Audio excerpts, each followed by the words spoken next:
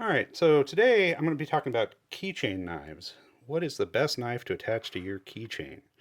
Well, obviously this is subjective, and by definition, a keychain knife is an everyday carry knife. So it's if you're going to carry your keys with you just about everywhere you go, this is going to be the knife that ends up going with you, and mm, that means it's going to be available to you for whatever kinds of everyday tasks you run into that you for which you might need a knife. Um, let's talk about criteria. Um, what we want in a keychain knife. Well, I think the first thing we got to talk about is size. And, there are a lot of knives that have attachment points. You could get something like a pair of three here that has a lanyard hole, and you could run some kind of a large key ring through there, and you could say this is a keychain knife. But that's not really realistic for most people. This has a pocket clip. It's intended to be carried by itself. The lanyard attachment is meant for a lanyard as a knife accessory, not to make the knife an accessory to your keychain.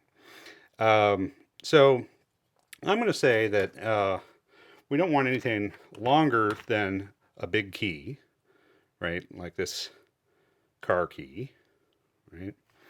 And we don't want anything bulkier than a key fob, right? Um, and that's going to already exclude a couple of things that are in this pile. Um, that could be candidates otherwise to be a pretty good knife. And these things are somewhat arbitrary, I understand, but we got to draw a line somewhere. So the Gerber US1 is a good small lockback, 420 steel, made in the USA, reasonably strong lock, but it's a little bit longer. It's just a little bit longer than uh, a typical large key. This is about the biggest key that I would normally carry.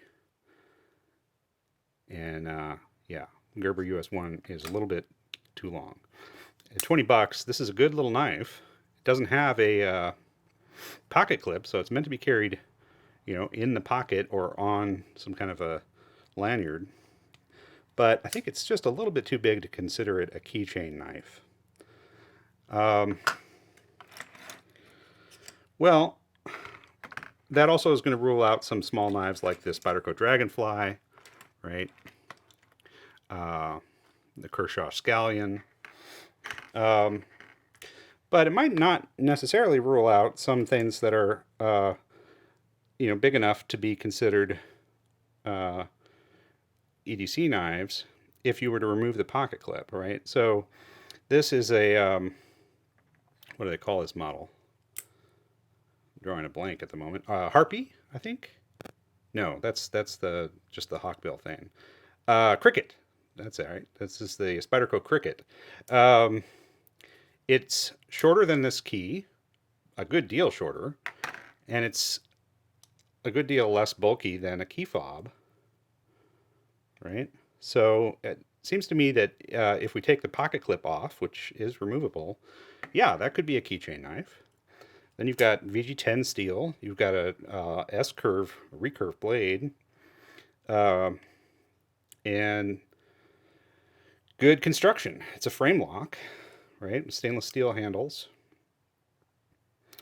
Um, Not cheap, but that's a lot of cutting capability in a pretty small knife.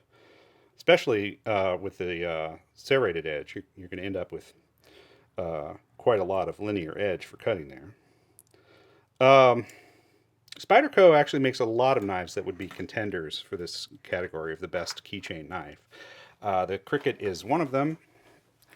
I think also, the Ladybug and Manbug are good candidates. These two samples are in K390 steel. Typically, the Ladybug and Manbug are going to be in VG10. VG10 is a good general all-purpose steel. It's stainless. It's not the most stainless steel in the world.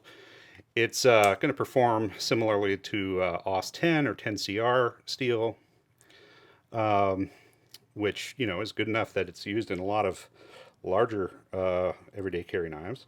The main difference between the Manbug and the Ladybug, if you're wondering, is a little bit of difference in the blade profile. You can see how much thicker the Manbug is across this area of the ricasso as compared to the Ladybug, right?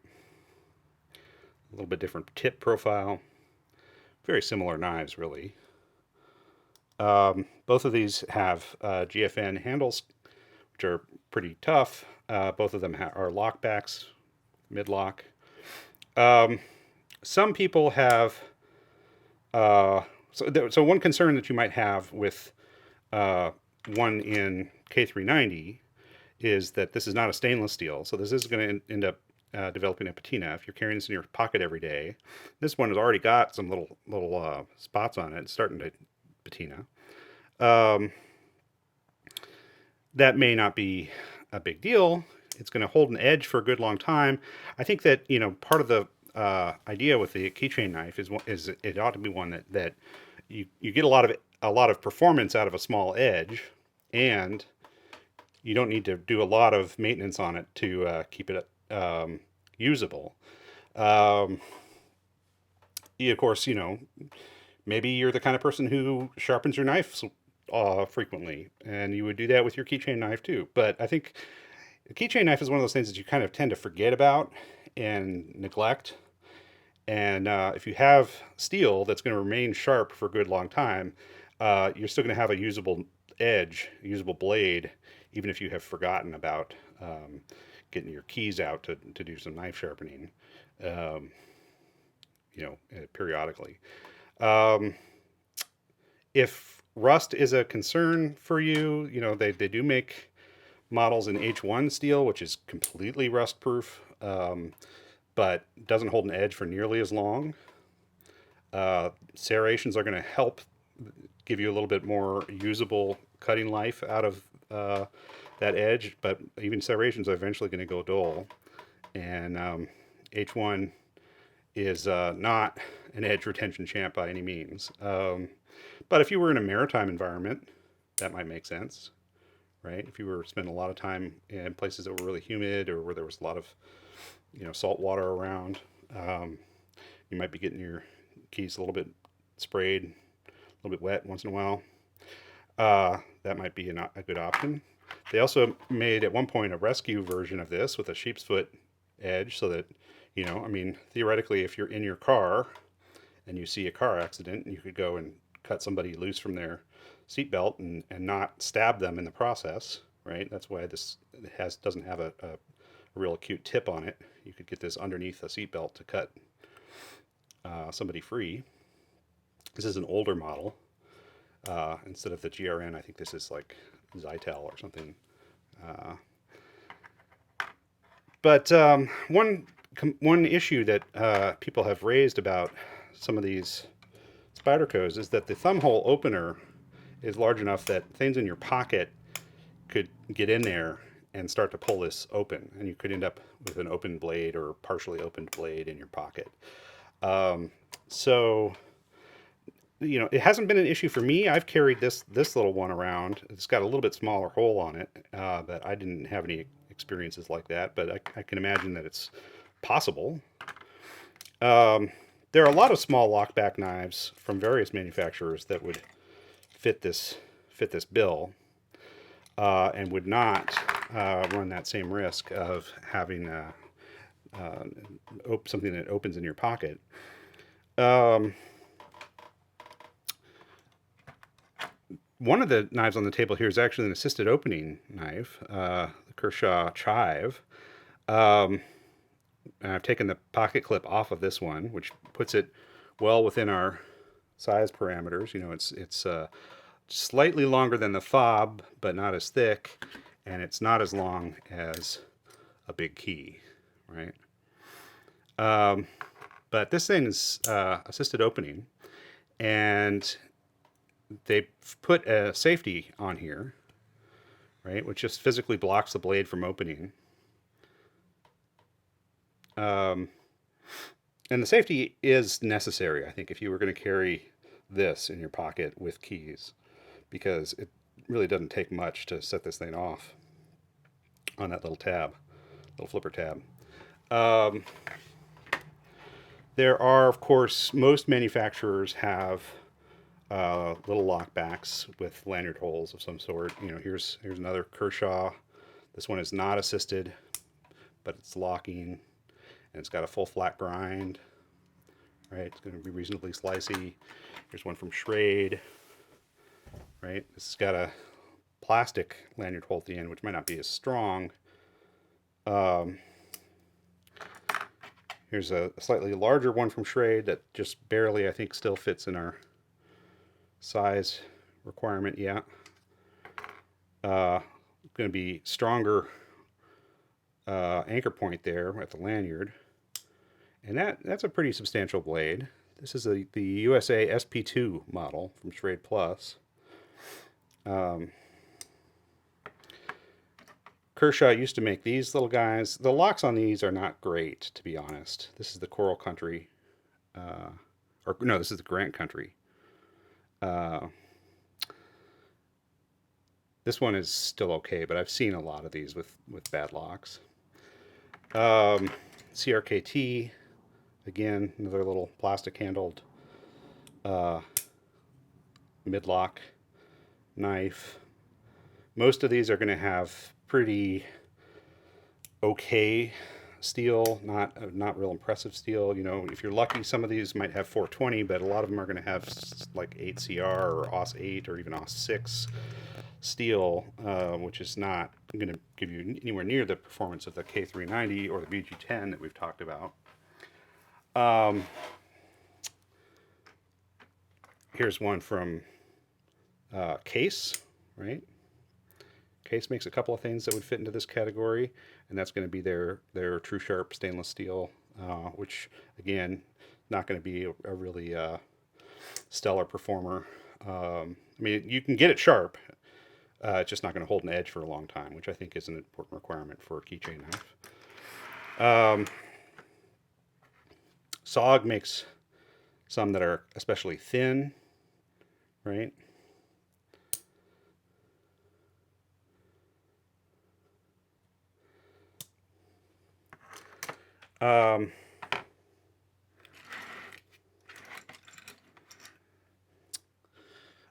Of those mid-lock little knives, you know, if you're avoiding the Spyderco because of the possibility of the Spidey hole getting snagged on something, I think the one I would probably go with is any of the mini Recon 1 knives from Cold Steel. These have not just the back lock, but the triad lock, which is an improved version of a lockback knife that's even stronger. I've got the drop point version of this, not the Tonto, on my keys right now. I've been carrying that around for a couple months, and it comes in handy once in a while. This is OS 8A steel, which is, the A is for annealed, so it's a little bit harder. It's going to give you a little bit longer edge retention than just a regular OS 8 steel. Not a super steel by any means, but you know, reasonable, and very strong lock, and well within our size requirements. Another small lockback to think about would be this Cutco model 1886. These are 420 HC steel, and they've got a good heat treat on them. You're going to get a performance out of the Cutco 420 that's similar to Buck's heat treated 420, which is good. This is a hollow grind, almost full height hollow grind. That's going to make it very thin at the edge, very slicey. And then you've got finger cutouts here. You got a good 3-finger grip. And, you know, it's contoured a little bit so you can get kind of a pinch grip here if you want to. It's a really good little knife. I would say this is another strong contender for one of the best keychain knives that you can get. So let's see. I'm going to set this and the Spyderco Cricket and the Cold Steel Recon, Mini Recon 1, Micro Recon 1 aside. Let's look at a few other things. So multi-tools are also available that are small enough to go in a keychain setup. One of the most common is going to be the Victorinox Classic, which gives you a small pen blade, very very small pen blade. It's not going to be able to do really many significant cutting tasks, but it'd be okay for cutting a thread or opening some packages. It's not very hard steel. It's going to dull out after some use. We also have a little nail file and a little flathead screwdriver that, again, this is not real strong steel. I've seen people try to turn screws with this and end up twisting the the flat of the screwdriver. It does have a decent little pair of scissors on it, which may be more useful for little cutting tasks than the knife, depending on what kind of task you're running into. And then, of course, it's got our little toothpick and not particularly great pair of tweezers. And it's a pretty small package. A lot of people go with this as their keychain knife. I would suggest, rather than the Classic, going with the Rambler, which is similar setup, except that the blade is going to open the pivot of the blade is going to be on the opposite end of the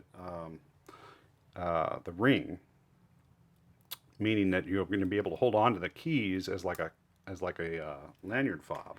I don't have a Rambler to show you, but I have this Wenger. Wenger no longer is in production. That company has been acquired by Victorinox, but this knife is a similar concept. It's so it's got the blade opening up at this end with the key ring at the opposite end, so that when you hold it, the keys become an extension of your grip and don't get in the way when you're cutting. I think that's a little better setup. So I would say if you need a multi-tool, if what you want is, a sort of a little courtesy blade and then a pair of scissors, and you're going to use it for things like personal grooming more than for other harder use tasks, something like that could be a good option for you. I'm going to put that as representing. You're not going to be able to get exactly this model, but you could get the Victorinox Rambler, which is very similar. I'm going to put that in contention as one of the keepers. Technically, if it's got a bottle lifter or cap lifter, a bottle opener, it is a multi-tool. So, this little Kershaw, what do they call this thing? The dime? Am I confusing it with a different model? I think I might be. This comes with it's called the Cinder. This comes in a Zytel handle or GFN handle, or sometimes you can find them with upgraded handle materials like copper, which of course is going to make it a little heavier. Blade steel on this is nothing special. I think it's 8CR. This is a liner lock. I've carried this model knife before as a keyring knife. Pretty generous opening there for the attachment, so it's easy to get onto your keyring.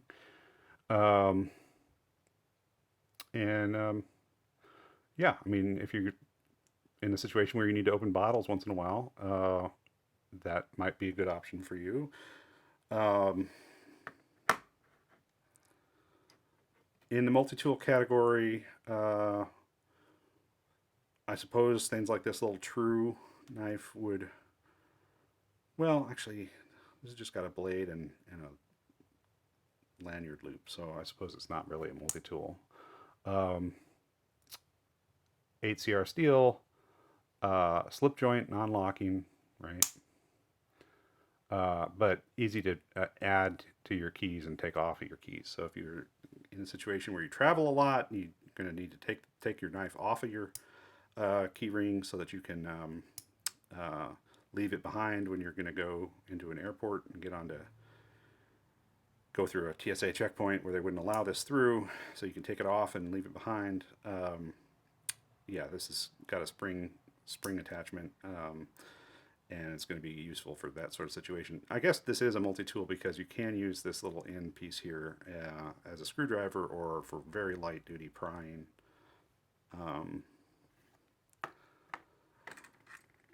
Gerber makes a couple of things that are designed as key rings.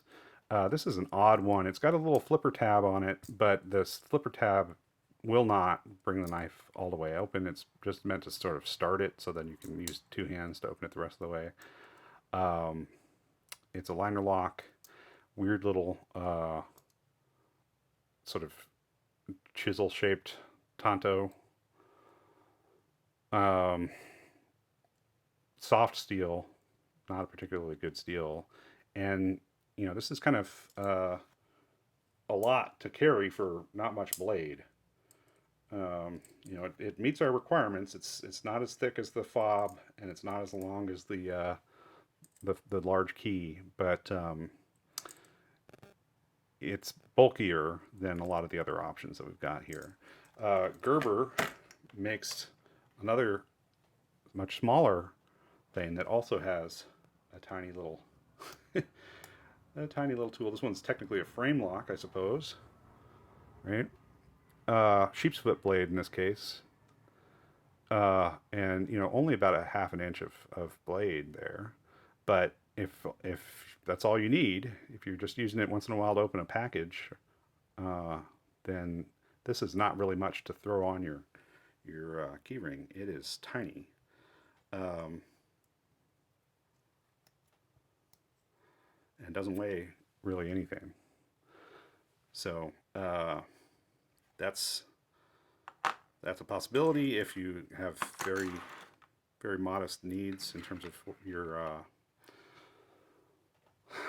cutting tasks. Here's another multi-tool. This one is also from True. This one's got a little screwdriver, cap lifter, a little area of nail file, a little Phillips head driver, and then on this side it's got a blade. And it is not a locking blade, it's a slip joint. This is just a little bit longer than what I said would be our arbitrary length limit. So I'm going to, again, and it, you know, I mean, maybe that's fine for you, but I'm going to say that's going to be ruled out on size.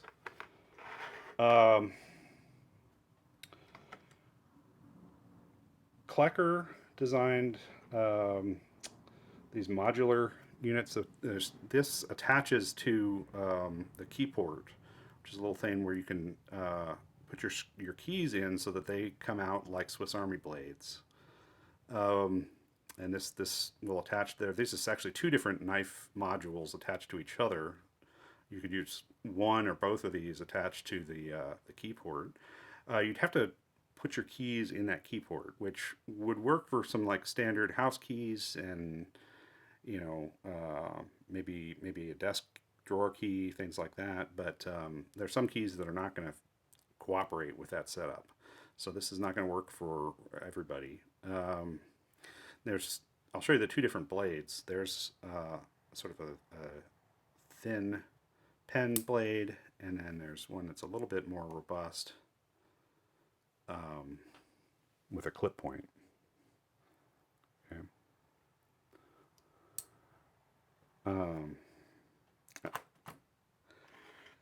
All right, we're down to the last few here to see. We've got this um, from Almar. This is D2 steel, and it is a fixed blade keychain knife. You detach the blade part from the little sheath that stays with your keys. And then you can use this without having your keys attached. It's pretty small, even though it's a fixed blade. You don't have a lot. It's sort of a one finger grip. Well, you could get two fingers on there. D2 tool steel though, so more edge holding ability.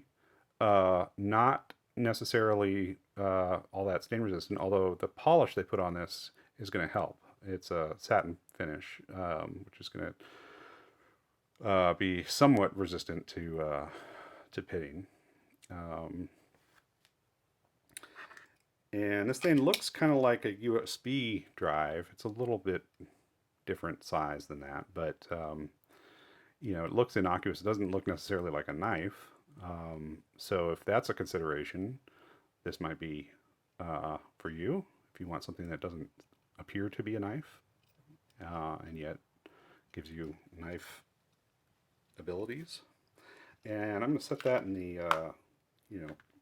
contenders arena there. And then I'm going to show you the two that remain here from W.E.S.N. I'm not sure if that's supposed to be pronounced W.E.S.N. I know there's a hotel chain that's pronounced W.E.S.N. That's spelled differently. We've got this little guy, the Microblade. This is D2 steel and titanium, and it's a frame lock. And it's a flipper, but it doesn't really flip open. It's sort of like that Gerber that you can get it started and then open it the rest of the way with two hands, or you can use the thumb stud. The thumb stud is in the path of the blade, so if you're cutting through something, you don't have a lot of blade to begin with, and then some of it's going to be obstructed by this thumb stud. So that's a bit of a bummer. I think I would prefer a nail nick, honestly, for something this size. But it does allow for one-handed opening, and the frame lock is strong, right? And this steel can corrode, but it's going to hold an edge pretty well. So I would say that's, and you can take this pocket clip off and make it even smaller than it is. I'd say this is a strong contender. I'm going to put it in the contenders category there. And then one more Spyderco to show you. This is the Roadie. It does have a Spidey hole, but it's not meant to be a thumb opener. It's just meant really to preserve the aesthetic of being a Spyderco. It's got a detent up here, sort of a little, semi-spherical detent for you to grab onto in place of a nail nick to open the blade. And it's got a finger choil that's going to allow you to hold it so that it's not going to close on you while you're using it. And it's a modified sheep's foot blade. It's not quite straight across the blade. It does have a tiny bit of belly, but it's going to present good for draw cuts, and, putting that tip down, presenting the tip on a surface. This is going to be a great cutter, and this is N690CO steel, which is going to give you better performance than any of the OS 8 or 8CR steels that we looked at.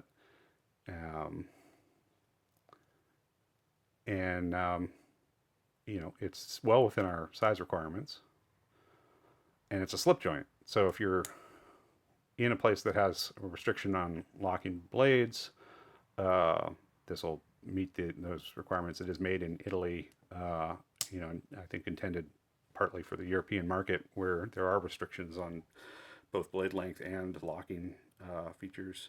And it's a two-handed opener. There are also places that have restrictions on one-handed opening knives. but it's not going to close on you. It's not going to give you some of the safety concerns that a lot of slip joints have because of the location of that finger choil, where you're actually holding the ricasso of the knife. This, I think, is a really strong option. All right, so the ones that I kept in my strong consideration category are these. Okay. So we've got Spyderco W.E.S.N, Swiss Army knife. This one technically is a Wenger, but I'm going to say the Rambler from Victorinox. It's sort of standing in for. All right, so I would say most edge, CRKT. I mean the not CRKT. I think the Spyderco Cricket. Most handle, I would say the Cutco. But really, the Spyderco is not far behind, especially considering that forward finger choil. Strongest lock, cold steel, but we do have a fixed blade in here, which of course is stronger than any locking folding knife.